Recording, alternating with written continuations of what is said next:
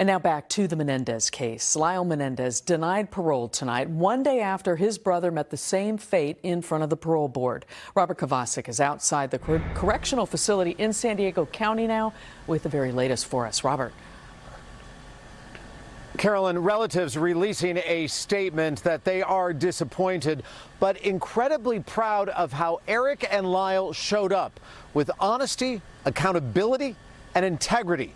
The parole board tonight, however, says that honesty is the biggest obstacle preventing Lyle Menendez from leaving prison. 57-year-old Lyle Menendez admitting to his parole board, "My mom and dad did not have to die that day," saying the decision to kill their parents 36 years ago this week was his decision and not his baby brother's responsibility. Reportedly red-faced and crying when he said, "It's the anniversary of a crushing day for so many in my family. I think about all the phone calls on that day with the shattering news and the loss and the grief." He lied then, and the parole board determined he's still lying and, quote, struggles with honesty. The deputy district attorney emphasizing what would become a theme of today's hearing. When you look at him, Lyle has a long documented history of lies made to avoid the consequences of his actions. Today, Lyle continues to lie about the central issue in his parents' murders. Like his brother Erik, Lyle contends the pair killed their parents because they feared their parents would kill them first after years of alleged sexual abuse. Defense attorney Heidi Rummel pleading Lyle Menendez spent the first 21 years of life in the prison of his home and the rest of his life in prison. But Lyle's parole denial was not a carbon copy of Erik's denial the day before. It was really actually kind of fascinating to see how different the 2 days were. Erik one day and Lyle the next day. And he did great. He was a trooper.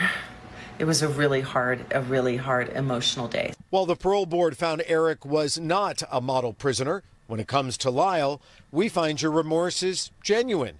In many ways, you look like you've been a model inmate. You've been a model inmate in many ways who has demonstrated the potential for change. But despite all those outward positives, we see you still struggle with antisocial personality traits like deception, minimization, and rule breaking that lie beneath that positive surface. Remaining positive tonight, the brother's first cousin. I do want to always remind people that a couple of years ago, this was not even a possibility. Despite all of this, Lyle says about his relatives, they are still here, showing up for me, disrupting their lives, dealing with public scrutiny, and I will never deserve it. Will Lyle Menendez ever deserve freedom? The parole commissioner concluding, don't ever not have hope. This denial is it's not the end.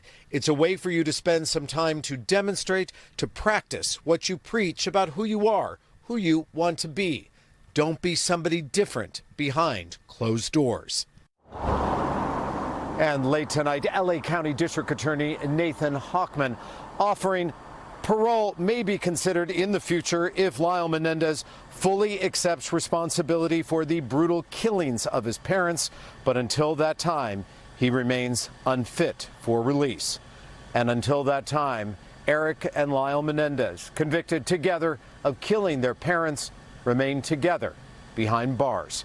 And we are live tonight outside of their prison here in San Diego. I'm Robert Kovacik. Carolyn?